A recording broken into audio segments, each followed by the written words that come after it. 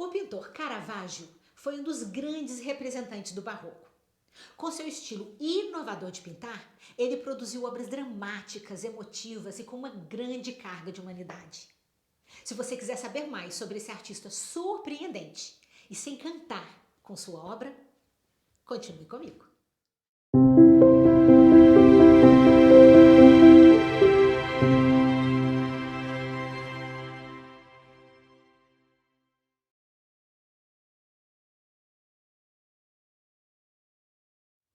Michelangelo Meresi, conhecido como Caravaggio, nasceu na Itália em 1571.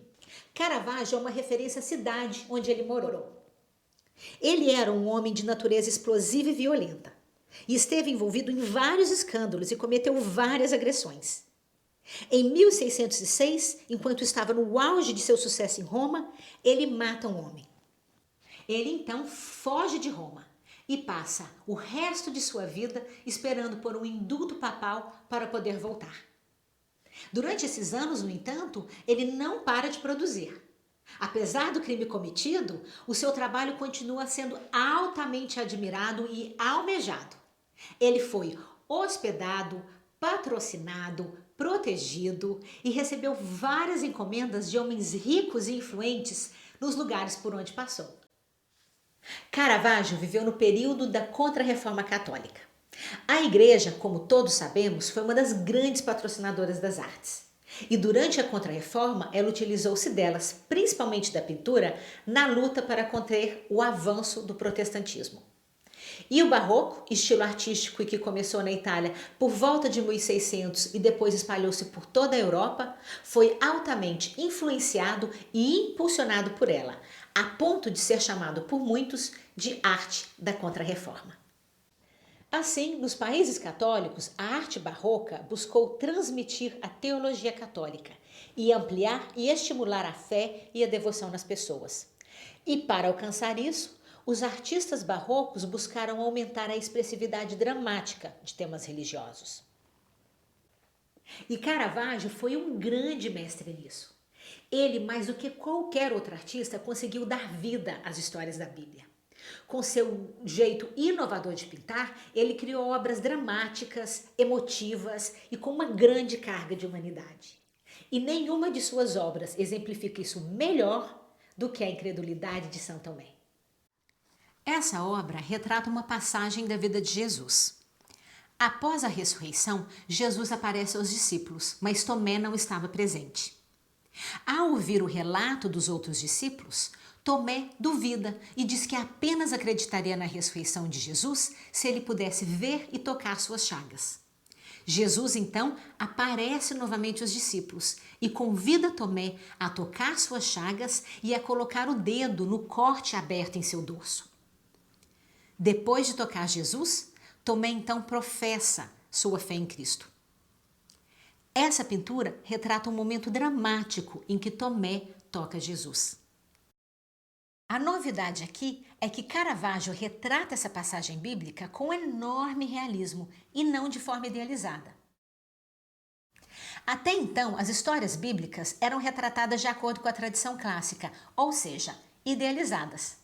As pessoas, suas vestes, os objetos, o ambiente eram todos sempre embelezados. Mas o revolucionário Caravaggio rompe com essa tradição.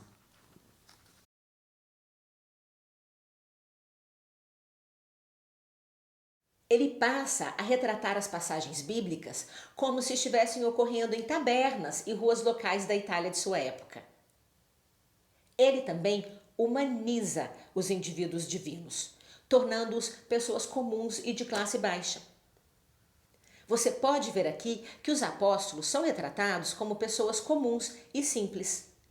Caravaggio usava como modelos garotos de rua, marginais, prostitutas, ou seja, modelos mais populares e humanos. O novo, como todos sabemos, muitas vezes choca e assusta. E com Caravaggio não foi diferente. Muitos consideraram o realismo de suas obras uma blasfêmia. E por isso, muitas de suas obras encomendadas foram rejeitadas. Olhe novamente para essa pintura. Veja que não há idealização alguma aqui. Você pode ver que os apóstolos têm jeito de pessoas comuns e simples. A vida humilde e simples dos apóstolos é expressa também nos detalhes. Caravaggio, aliás, tinha uma atenção minuciosa aos detalhes. Veja a costura rasgada da manga esquerda de São Tomé. Ou as unhas sujas do discípulo. Caravaggio ficou conhecido como o pintor dos pés e das mãos sujas. Outro aspecto marcante no trabalho de Caravaggio, e que talvez tenha sido a primeira coisa que te chamou a atenção na obra, é o intenso contraste entre luz e sombra. A esse contraste dá-se o nome de chiaro-escuro, ou tenebrismo, que é como chiaro-escuro passou a ser chamado naquela época. Caravaggio não criou a técnica. Leonardo da Vinci, por exemplo, a usou bastante. Mas o que foi inovador em Caravaggio foi a forma extrema, teatral, quase artificial de que ele a usou. Em um palco escuro, como em uma cena de teatro, ele ilumina apenas as partes que ele quer dar destaque.